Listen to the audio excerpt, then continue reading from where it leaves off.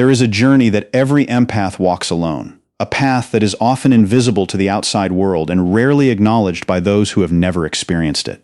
It is not written about in most psychology textbooks, and it is rarely discussed in conventional therapy sessions, because the empath's experience is so deeply internal that it defies easy description. But if you are an empath watching this, you know exactly what I am talking about, because you have lived it every single day of your life. You feel things before they happen, sensing the shifts in energy before anyone else notices, as if you have an internal radar that picks up on what is coming. You absorb emotions from rooms the moment you enter them, taking in the mood like a sponge soaking up water, unable to filter out what belongs to you and what belongs to others. And you have probably spent most of your life being told that you are too sensitive, too emotional, or that you need to toughen up and stop feeling so much, as if your sensitivity is a flaw that needs to be corrected. These words have likely been spoken to you by well-meaning friends, frustrated family members, or partners who could not understand why you reacted so deeply to things that barely registered with them, why you seem to carry the weight of the world on your shoulders. But what if I told you that your sensitivity is not a weakness? That the very qualities that have made you feel different, even broken at times, are actually the foundation of something powerful? Something that most people will never understand or possess? What if the very thing that has made you feel different, even broken, is actually a psychological superpower that most people will never understand or possess? A gift that sets you apart from the majority of humanity and gives you access to a depth of experience that others can only glimpse from a distance? The research on highly sensitive persons, pioneered by Dr. Elaine Aron, reveals that approximately 1.520% of the population has a nervous system that is fundamentally different from the rest, a nervous system that is more responsive, more perceptive, and more easily overwhelmed. You process information more deeply than others, taking in more details and reflecting on them more thoroughly, which means you see the world with a richness that others miss. You notice subtleties that others miss, the small shifts in tone, expression, and energy that reveal the truth beneath the surface, the hidden currents that others do not perceive. And when it comes to emotional information, you are essentially operating with high-definition perception in a world where most people are still using standard definition, seeing only what is obvious while you perceive the full spectrum of emotional reality. Today, we are exploring why trauma-born empaths are the strongest survivors walking among us. The remarkable truth that those who have been through the fire and emerged with their sensitivity intact are among the most resilient people on the planet. And by the end of this video, you will understand yourself in a completely new way, recognizing the patterns that have shaped your life and the potential that lies ahead. To understand this fully, we need to examine what the research actually tells us about human behavior and relationships, because the patterns we observe are not random or unpredictable. Studies in social psychology, behavioral neuroscience, and attachment theory all point to the same fundamental truth. Human behavior is far more predictable than most people realize, and understanding these patterns gives you significant advantages in every area of life, from your personal relationships to your professional success. Research by Dr. Roy Baumeister on belongingness motivation demonstrates that humans have a fundamental need to connect with others, a drive that is as essential to our survival as food and water, a need that has been shaped by millions of years of evolution. This need is not just psychological, not just a desire for companionship or social interaction. It is biological, rooted in our evolutionary history as social animals who depended on each other for survival.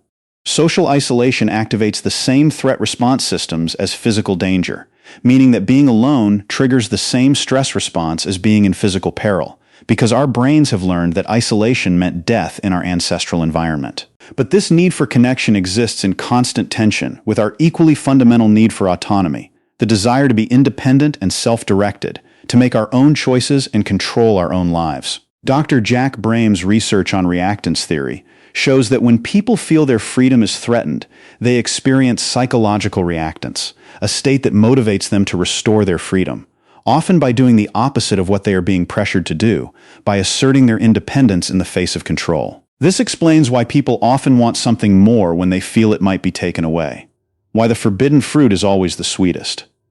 It explains why telling someone they cannot have something often makes them want it more intensely, why restrictions breed desire rather than compliance.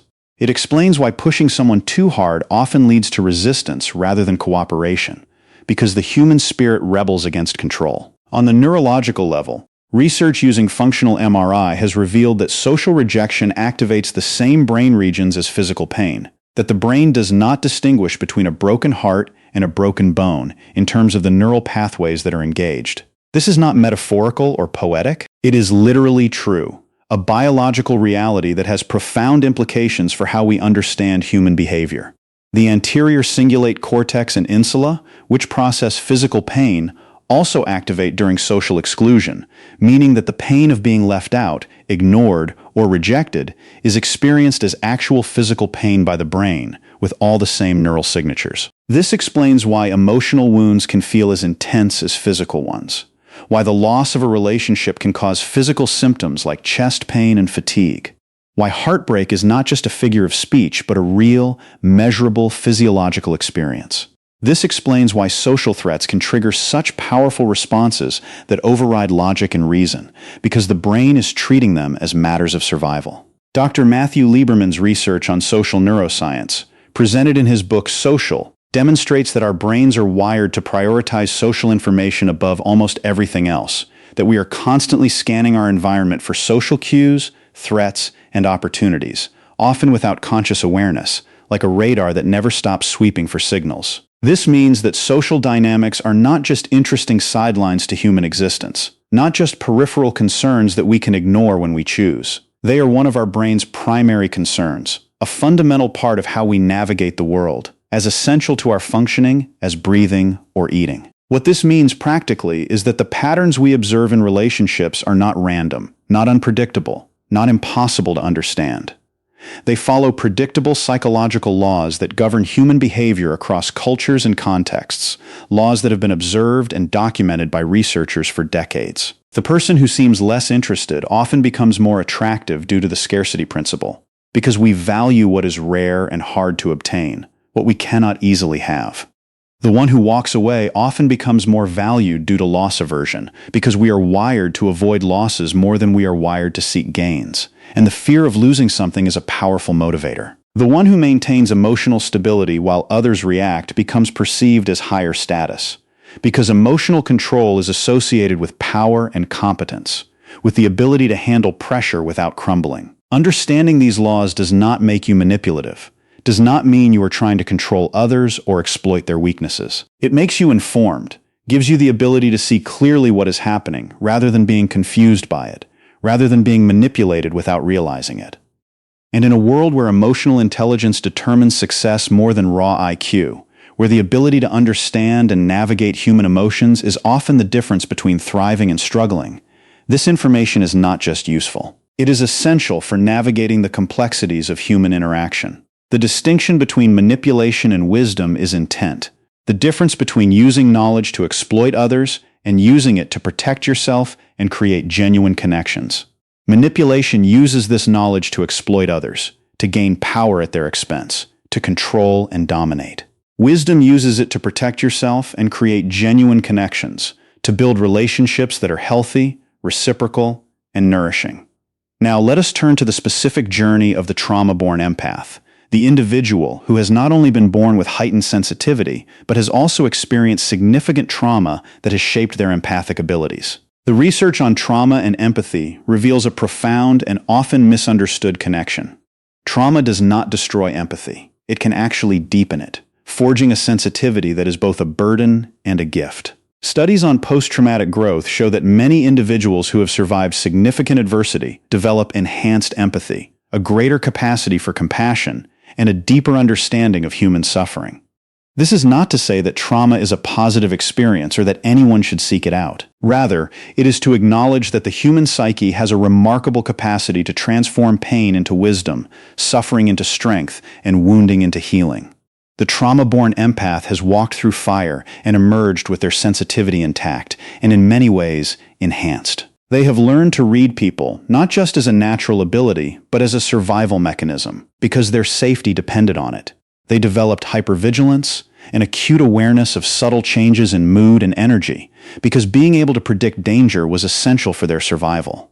They learned to anticipate the needs and reactions of others, because anticipating kept them safe. And this hypervigilance, born of necessity, has given them an extraordinary ability to understand human behavior, to see through deception, to sense hidden motives, and to connect with others on a level that most people cannot even imagine.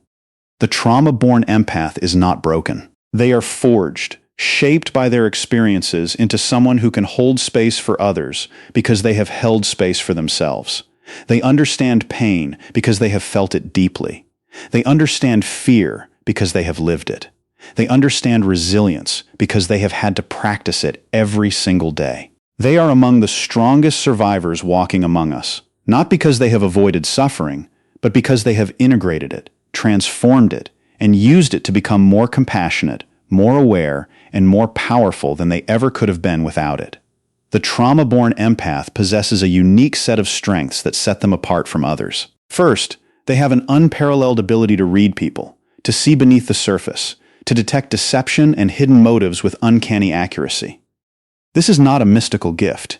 It is a skill developed through years of hypervigilance, of learning to read the subtle cues that reveal a person's true intentions. They notice micro-expressions, those fleeting facial movements that betray true emotions before they can be suppressed. They detect shifts in tone, changes in breathing, subtle alterations in posture that indicate discomfort or dishonesty. They sense the energy behind the words, the intention that is not being stated, the truth that is being hidden. This ability makes them difficult to manipulate, because they can see the manipulation coming. It makes them valuable as friends, partners, and confidants, because they can offer genuine understanding and insight. It makes them powerful in any setting where human behavior is at play, because they can read the room in ways that others cannot. Second, the trauma-born empath has a depth of compassion that is rare and precious. Because they have suffered, they can truly understand the suffering of others. They do not offer platitudes or superficial sympathy. They offer genuine empathy, a felt sense of what another person is going through. This compassion is not performative. It is authentic, rooted in their own experience of pain and healing. It makes them a source of comfort and support for those who are struggling, because they can sit with someone in their darkness without trying to fix them or rush them to the light. Third, the trauma-born empath has an extraordinary capacity for resilience, a quiet strength that enables them to endure what others cannot. They have been through the fire and they are still standing. They have faced their darkest moments and they have come out the other side. This resilience is not about being unbreakable. It is about being able to break and still put the pieces back together, about being able to fall and still rise again.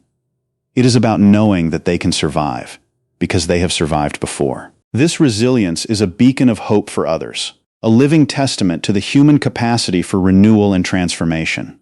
However, the trauma-born empath also faces unique challenges that must be acknowledged and addressed. They are often deeply sensitive to rejection, because rejection activates old wounds from their traumatic past. They may struggle with trust, because their trust has been betrayed. They may have difficulty setting boundaries, because boundaries were not respected when they were young.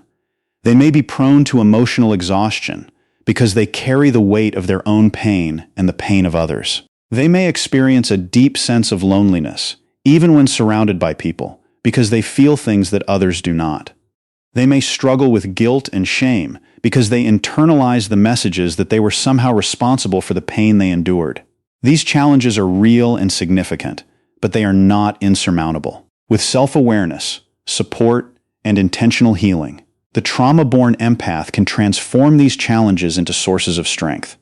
They can learn to set boundaries that protect their energy, to trust their instincts without being consumed by fear, to connect with others without losing themselves, and to carry their sensitivity without being crushed by it. The key is to recognize that their sensitivity is not a weakness to be overcome, but a gift to be honored, a superpower to be wielded with wisdom and compassion.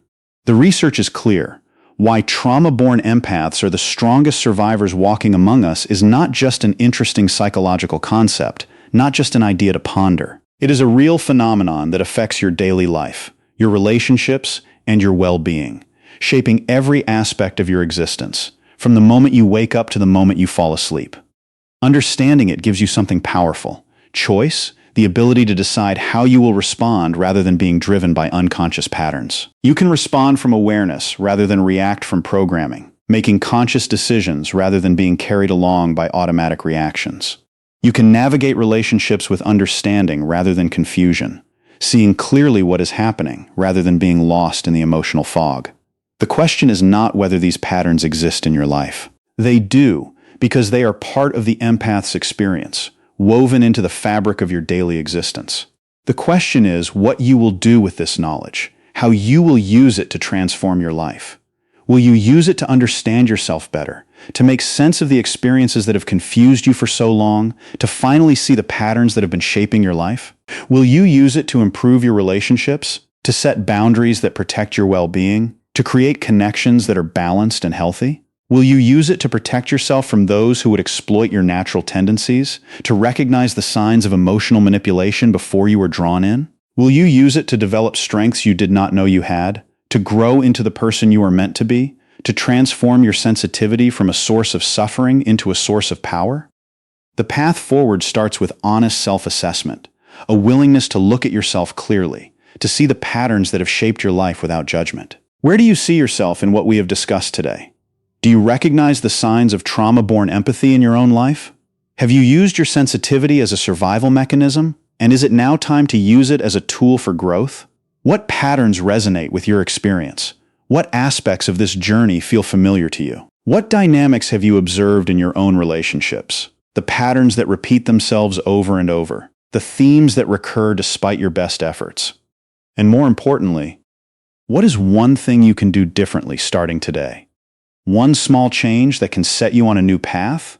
One decision that can begin to shift the trajectory of your life? Perhaps you can start by acknowledging your own strength, by recognizing that you have survived things that would have broken many others. Perhaps you can begin to let go of the guilt and shame that are not yours to carry. Perhaps you can set a boundary with someone who drains your energy, making it clear that you will protect your peace. The research on behavior change shows that small, specific commitments are far more effective than grand resolutions, that incremental progress is more sustainable than dramatic transformation. Do not try to transform everything at once, because that approach often leads to burnout and disappointment, to giving up when you do not see immediate results. Pick one insight from this video, one idea that resonated with you, one truth that spoke to your experience, one pattern to watch for, one behavior that you recognize in yourself and want to change, one behavior to modify, one small change that can make a difference, one action you can take today. And start there, because that is where real change begins, in the small, consistent actions that build over time. Remember, knowledge without action is just entertainment, a pleasant diversion that does not change anything, a passive consumption of information that leaves you exactly where you started. But knowledge with consistent action is genuine transformation, a shift that reshapes your life, a change that becomes part of who you are. You now have the knowledge, the understanding that your trauma has not broken you, but forged you into someone extraordinary, someone with a depth of compassion and resilience that most people will never understand. The next move is entirely yours, because no one can make this journey for you. No one can do the work that only you can do. Choose wisely, because your choices will determine your future, will shape the person you become. If this resonated with you, subscribe to Human Behavior Intelligence, because this channel exists to help you understand yourself and others on a deeper level, to provide the insights you need to grow, to offer the understanding that can transform your life. Every video combines research-backed psychology with practical insights you can actually use, bridging the gap between theory and practice, between knowing and doing. The next video drops soon, and you will not want to miss it, because it will take you even deeper into the fascinating complexity of human behavior, revealing another hidden pattern that most people never notice. Until then, stay observant, stay curious, and never stop learning about the fascinating complexity of human behavior, because the more you understand, the more you can grow, the more you can heal, the more you can become the person you were always meant to be. And remember, your sensitivity is not a weakness, not a flaw, not something to be fixed. It is a superpower, a gift that sets you apart, a strength that most people will never understand or possess. The trauma you have survived has not broken you. It has forged you into someone extraordinary. You are not broken. You are forged. You are not weak. You are a survivor. And your ability to feel deeply, to understand others, and to carry the weight of emotions that others ignore is not a curse, but a gift that the world desperately needs. Embrace it, honor it, and use it wisely. Because you are one of the strongest survivors walking among us, and your journey is a testament to the power of the human spirit.